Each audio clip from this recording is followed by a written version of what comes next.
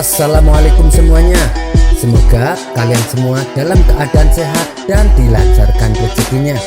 Amin ya robbal alamin. Dikisahkan pada suatu hari Abu Jahil sedang kebingungan. Pasalnya panci yang biasa digunakan ternyata sudah bocor. Padahal saat itu ia ingin menanak nasi. Akhirnya terbesit di hati Abu Jahil untuk meminjam panci kepada Hasan. Maka pergilah ia ke rumahnya. Hasan adalah tetangga yang baik hati. Ia sering membantu sesama apabila ada yang membutuhkan. "Wahai kawan, boleh aku pinjam pancimu?" tanya Abu Jahil. "Tentu saja boleh. Memangnya kenapa dengan pancimu?" balas Hasan. "Tadi ketika aku mau menanak nasi, ternyata pancinya rusak," jawab Abu Jahil. Kemudian Hasan pun meminjamkan panci kepadanya. Namanya saja Abu Jahil, ketika meminjam barang tidak lekas dikembalikan. Barulah setelah seminggu berlalu, ia mengembalikannya kepada Hasan. Tapi ia tak menyadari bahwa pisau miliknya tertinggal di dalam panci tersebut. Begitu pula dengan Hasan, ia tak mengetahui akan hal itu. 3 hari kemudian, ketika Hasan hendak menggunakan panci, ia melihat ada pisau di dalamnya. "Ini pasti milik Abu Jahil. Sebaiknya aku kembalikan padanya," pikir Hasan. Ia pun segera bergegas menuju rumah Abu Jahil. Di saat yang bersamaan, Abu Jahil sedang dibuat geram. Karena tadi malam ayam-ayam miliknya mati dimangsa oleh seekor musang. Dan kejadian itu tepat di hadapan matanya. Sebenarnya ia sudah mengusir musang tersebut, tapi si musang malah berbalik menyerangnya. Terpaksa Abu Jahil berlari menyelamatkan diri. Ketika ia sedang merenungi kejadian semalam, datanglah Hasan dengan membawa sebilah pisau. "Wahai Abu Jahil, pisaumu tertinggal di rumahku," kata Hasan. "Oh ya, kenapa bisa ada di rumahmu?" tanya Abu Jahil. "Tempo hari waktu kau mengembalikan panci, pisaumu tertinggal di dalamnya," jawab Hasan memberitahu. Mendengar itu, muncullah ide licik pada diri Abu Jahil. Ia mendapatkan ide untuk mendapat ganti rugi atas musibah kematian ayam-ayamnya.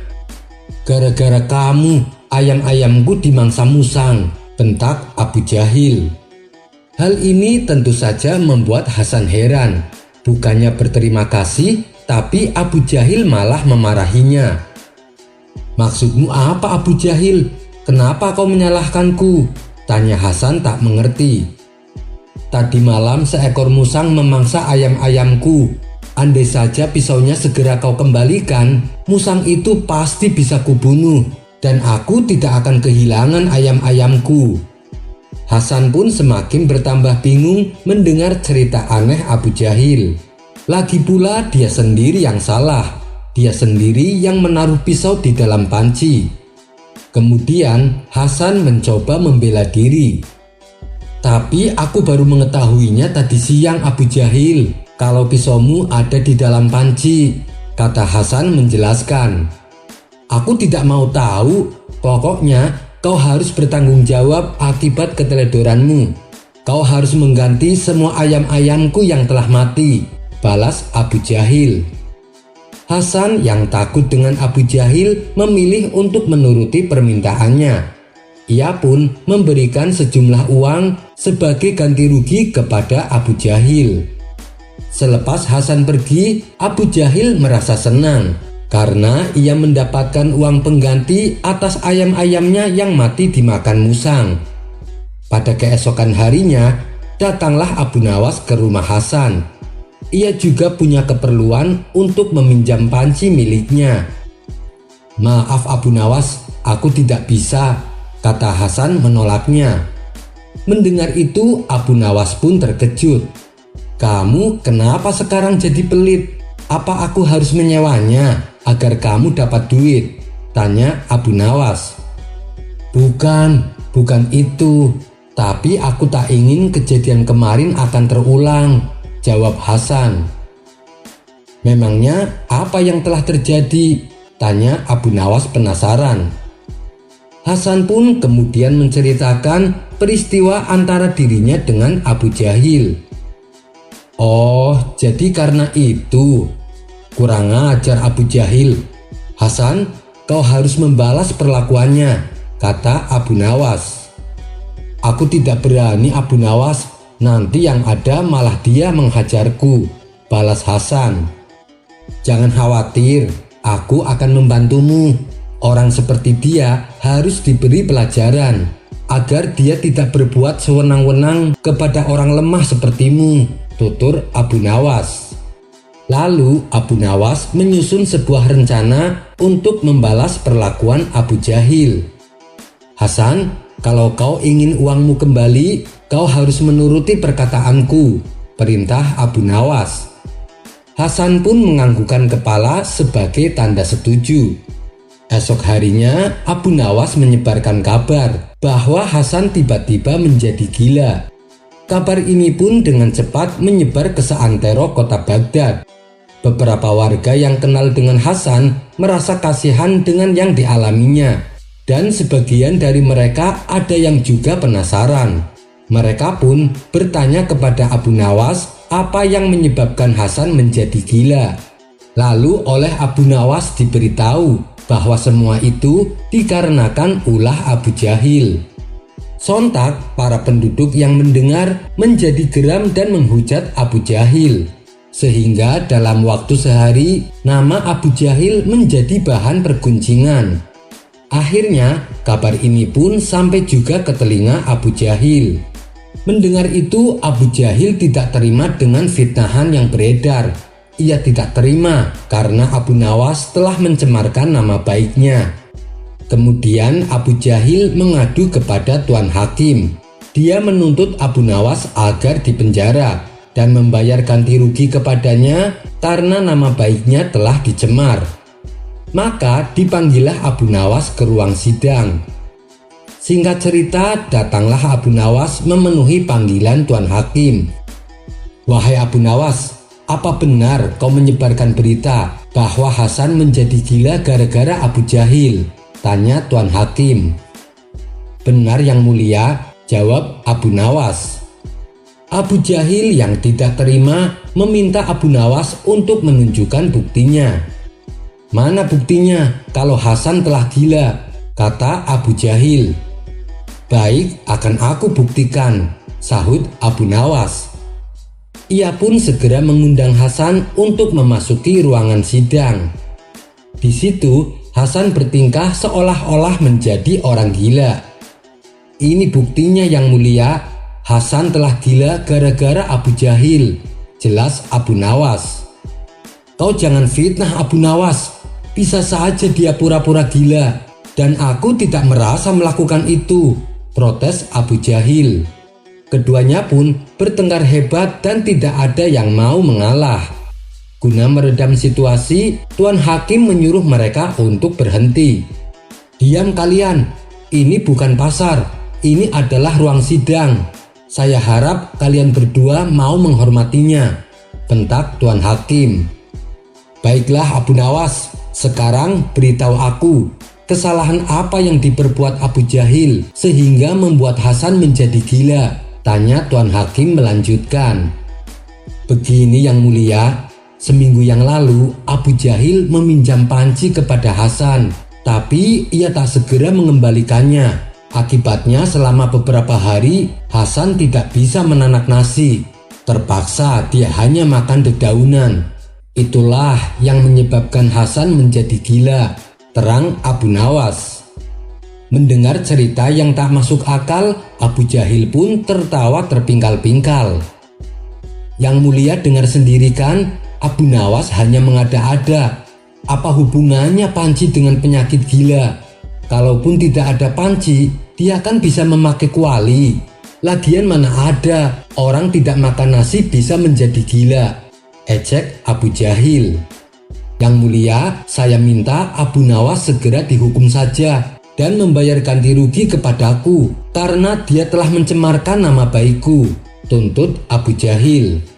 Tuan Hakim pun sependapat dengan Abu Jahil. Ia menyalahkan Abu Nawas atas perbuatannya. Kamu ini ada-ada saja Abu Nawas. Apa tidak ada cerita lain yang lebih tidak masuk akal? Sindir Tuan Hakim. Ada yang mulia. Mendadak seisi ruang sidang menjadi hening. Semua orang yang hadir matanya tertuju ke arah Abu Nawas. Disinilah Tuan Hakim mulai menangkap ada maksud di balik tingkah konyol Abu Nawas. Apa itu? Coba beritahu aku, pinta Tuan Hakim. Hanya gara-gara pisau tertinggal di panci tetangga, ada orang yang tidak bisa membunuh musang. Akibatnya tetangga itu disuruh membayar ganti rugi karena ayam-ayamnya mati dimangsa seekor musang. Apa tidak ada alat lain untuk membunuhnya? Kata Abu Nawas memberitahu. Mendengar itu, Tuan Hakim menjadi heran dan penasaran. Memangnya ada orang seperti itu? Siapa orangnya? Tanya Tuan Hakim. Itu dia orangnya, jawab Abu Nawas sambil menunjuk ke arah Abu Jahil. Seketika Abu Jahil menjadi gemetaran, wajahnya mendadak pucat pasi. Apa benar begitu Abu Jahil? Tanya Tuan Hakim dengan sorot mata yang tajam. Dengan mulut terbata-bata Abu Jahil menjawab, benar yang mulia. Kemudian Hasan yang tadinya berpura-pura gila langsung menceritakan kepada Tuan Hakim tentang perbuatan Abu Jahil kepadanya. Ia menceritakan semuanya dari awal sampai akhir, termasuk rencana Abu Nawas untuk membalas perlakuan Abu Jahil. Lalu Tuan Hakim mengalihkan pandangannya kepada Abu Jahil. Hei Abu Jahil, perbuatanmu sangat keterlaluan. Kau telah menindas orang yang lemah. Sekarang kau pilih yang mana? Dihukum penjara 1 tahun atau mengembalikan uang Hasan dengan jumlah 2 kali lipat? Tegas Tuan Hakim. Akhirnya dengan terpaksa Abu Jahil memilih mengembalikan uang. Berkat bantuan akal cerdik Abu Nawas, Hasan mendapatkan kembali uangnya, bahkan menjadi 2 kali lipat. Dan sejak saat itu, Abu Jahil tak lagi berani berbuat sewenang-wenang kepada Hasan. Kisah selanjutnya. Meskipun anjing adalah hewan yang najis, tapi tak sepatutnya bila kita merendahkannya, apalagi sampai mencela dan menganggapnya hina. Karena walau bagaimanapun, anjing adalah makhluk ciptaan Allah. Di dalam riwayat sejarah Islam ada beberapa kisah tentang anjing yang sangat terkenal. Di antaranya adalah kisah 7 pemuda soleh yang diselamatkan anjing dari kejaran sekelompok prajurit kerajaan, di mana anjing tersebut menuntun 7 pemuda ini ke sebuah gua untuk bersembunyi di dalamnya. Dan berkat pertolongan anjing, mereka selamat dari pembunuhan. Kisah ini bahkan diabadikan dalam Al-Quran yang tertuang pada surat Al-Kahfi. Ada pula kisah lain tentang Nabi Nuh yang menyesal karena mencela anjing. Waktu itu, saat beliau di tengah perjalanan, beliau melihat ada seekor anjing yang buruk rupa, di mana anjing tersebut mempunyai 4 mata. Dalam hati, Nabi Nuh membatin, jelek sekali anjing itu. Ternyata tanpa diduga, anjing yang dicelanya bisa mendengar apa yang dikatakan Nabi Nuh. Anjing itu pun memberi teguran kepada beliau. Hei Abdul Ghaffar. Abdul Ghaffar adalah nama asli Nabi Nuh. Kau menghina ciptaannya atau kau menghina sang pencipta? Bila kau menghina ciptaannya dan seandainya aku bisa memilih, tentu aku tak mau jadi anjing buruk rupa seperti ini. Tapi bila kau menghina sang pencipta, dia tidak berhak kau hina karena dia mengerjakan apa yang dikehendakinya. Setelah mendapat teguran dari anjing, Abdul Ghaffar menangis menyesali perbuatannya. Sejak saat itu, ia sering meratapi atas dosa yang ia lakukan kepada anjing. Dan karena seringnya meratap, maka nama beliau menjadi Nuh. Kata Nuh sendiri artinya adalah orang yang selalu meratap. Sampai di sini dulu perjumpaan kita. Semoga Anda terhibur. Wassalamualaikum warahmatullahi wabarakatuh. Kisah selanjutnya. Dikisahkan ada sekawanan perampok yang terkenal sangat sadis dan kejam. Mereka melakukan aksinya di tengah padang gurun pada malam hari. Setiap kali ada rombongan kabilah yang melintasi jalan tersebut, kawanan perampok ini langsung menyergapnya dan menjarah semua harta benda milik para kabilah. Apabila ada yang berani mencoba melawan, maka kawanan perampok ini tak segan-segan untuk membunuhnya. Pada suatu malam, mereka menyergap dan menjarah harta benda salah satu rombongan kabilah. Begitu berhasil mendapatkan harta benda yang lumayan banyak, kawanan perampok ini berencana untuk pulang. Tapi karena waktu sudah larut malam, belum lagi rasa kantuk dan capek yang mereka rasakan, akhirnya mereka memutuskan mencari tempat terdekat untuk istirahat. Setelah berjalan cukup lama, mereka pun melihat sebuah rumah sederhana yang jauh dari pemukiman penduduk. Pemilik rumah ini adalah keluarga yang rajin beribadah. Agar diizinkan untuk menginap, kawanan perampok tersebut menutupi identitasnya. Mereka mengaku sebagai mujahid fisabilillah, yaitu pasukan pejuang perang di jalan Allah. Kehadiran mereka di rumah tersebut disambut hangat oleh tuan rumah. Bahkan mereka langsung disuguhkan hidangan makan malam sebelum mereka beristirahat. Saat kawanan perampok ini selesai makan malam, mereka melihat ada bocah kecil terbaring di tempat tidurnya. "Apakah dia anakmu?" tanya salah satu dari mereka. "Benar tuan, dia anak saya. Dia menderita kelumpuhan pada kakinya. Kami sudah berusaha berobat ke sana kemari tapi tak kunjung sembuh," jawab si tuan rumah. "Oh iya tuan, barangkali tuan sekalian mau menunaikan sholat malam, akan saya antar ke tempat wudhu," kata si tuan rumah melanjutkan.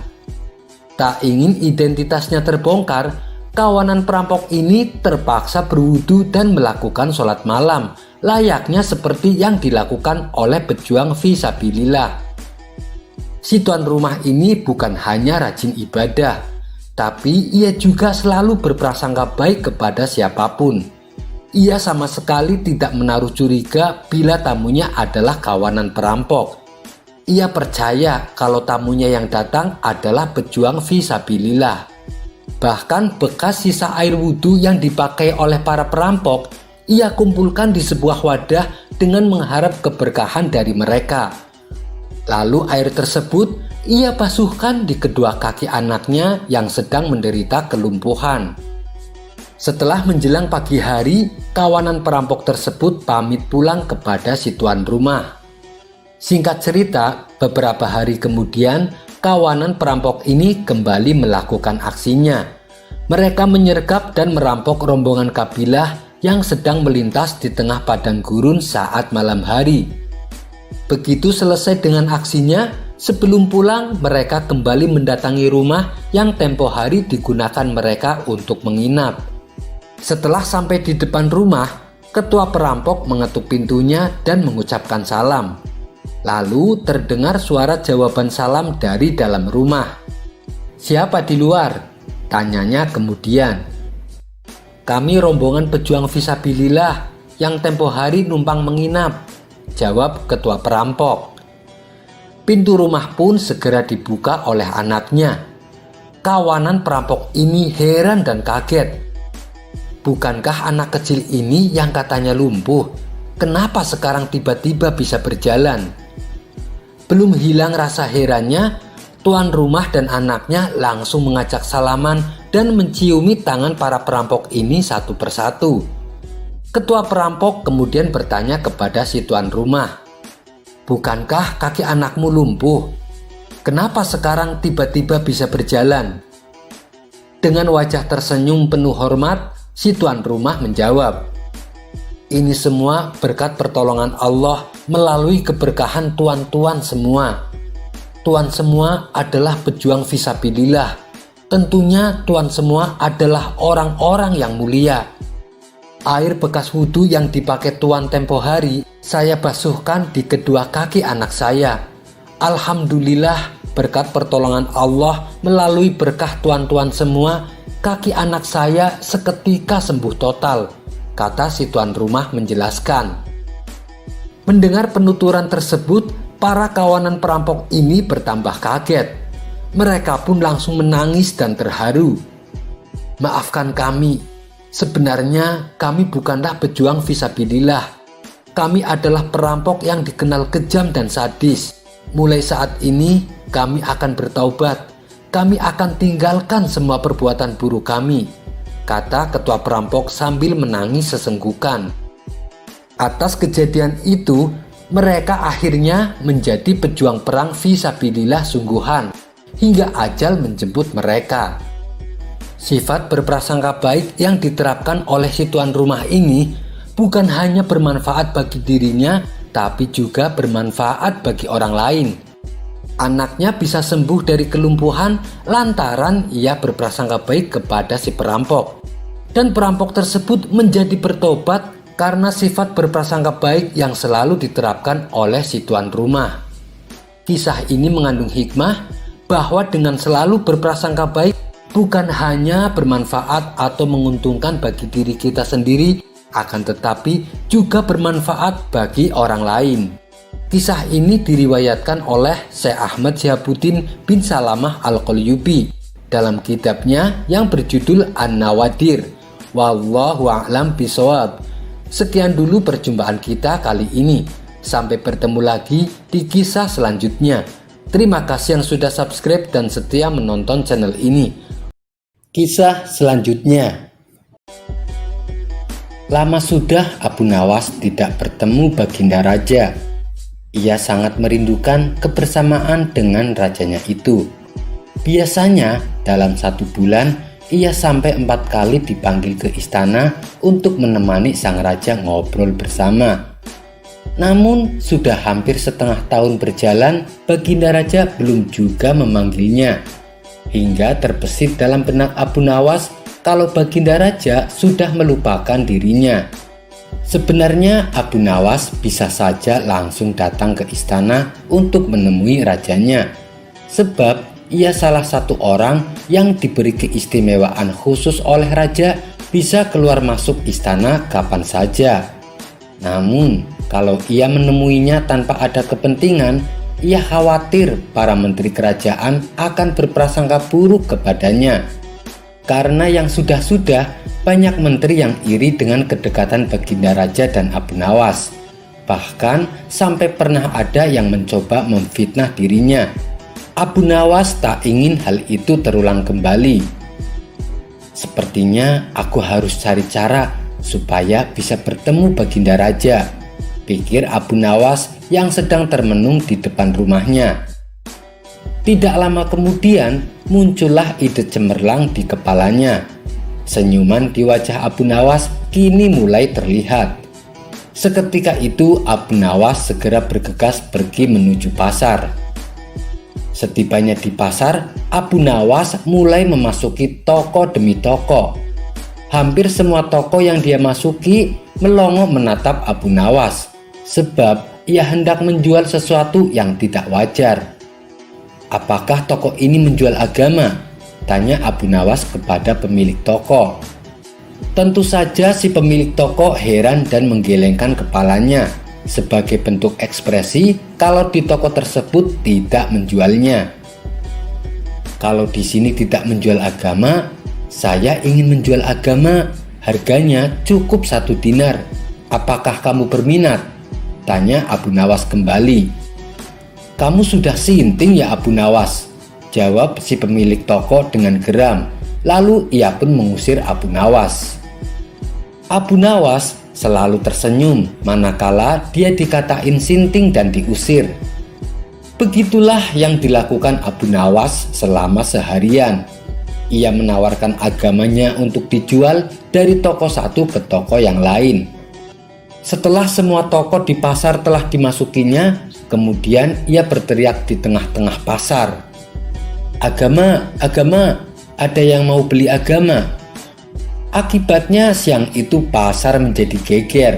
Sesama pedagang di pasar berkasak-kusuk dan menganggap Abu Nawas sudah gila.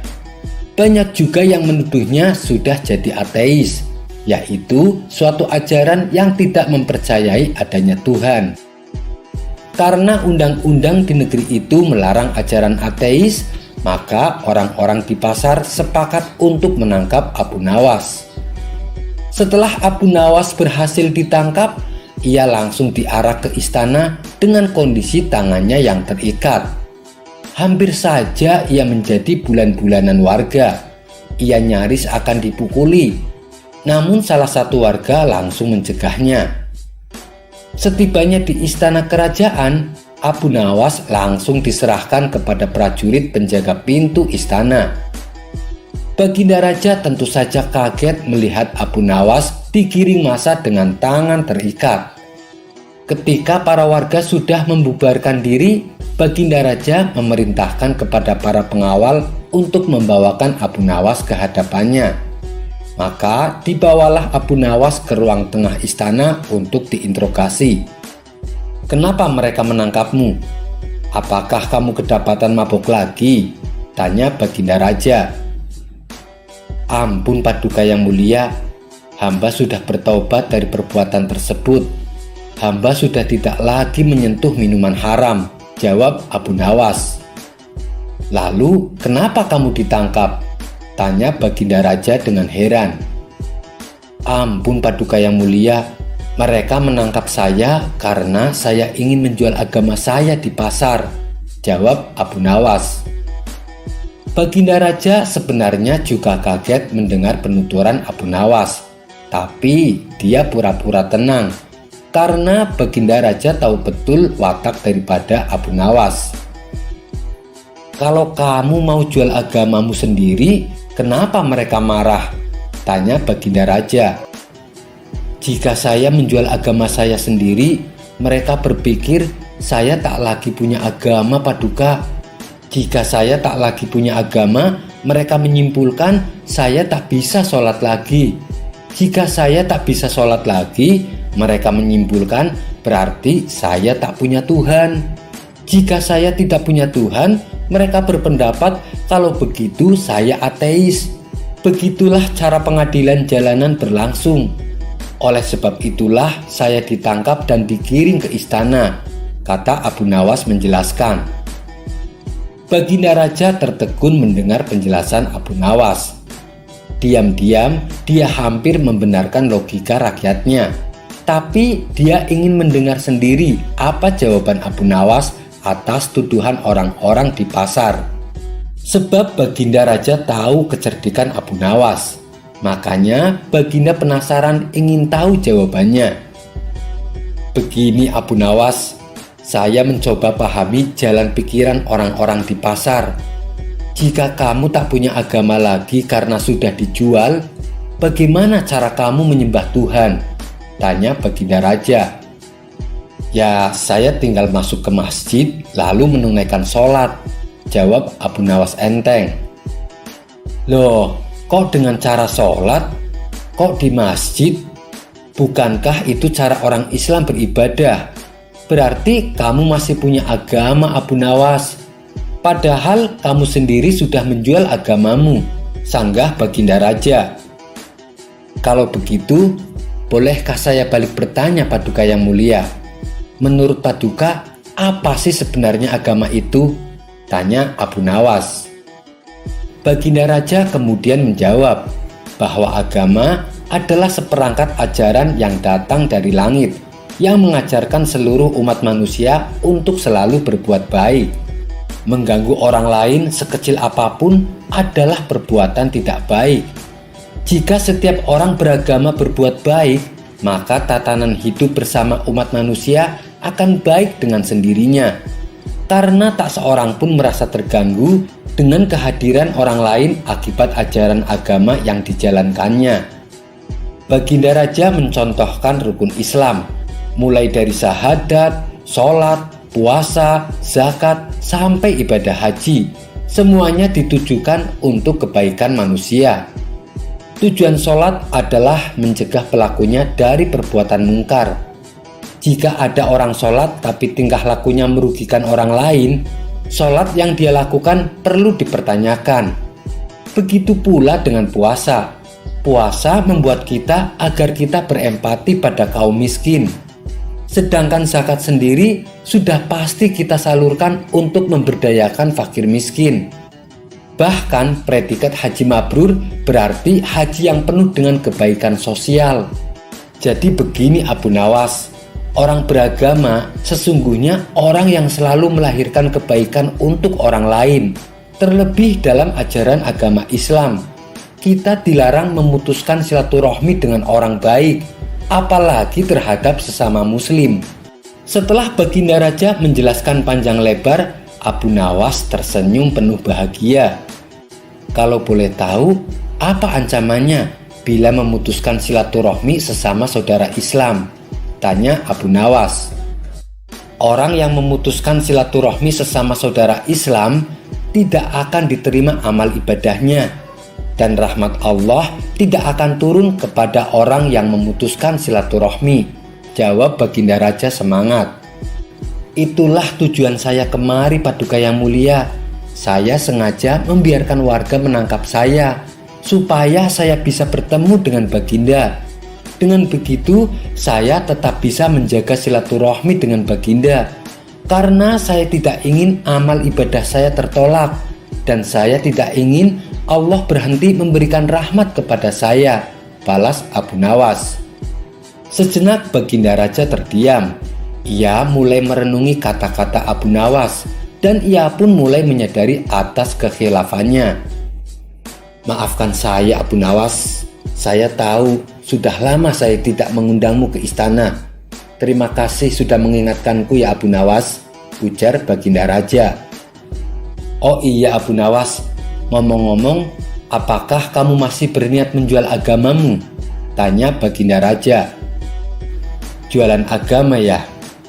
Menurut Paduka sendiri, siapa sih orang yang pantas disebut jualan agama?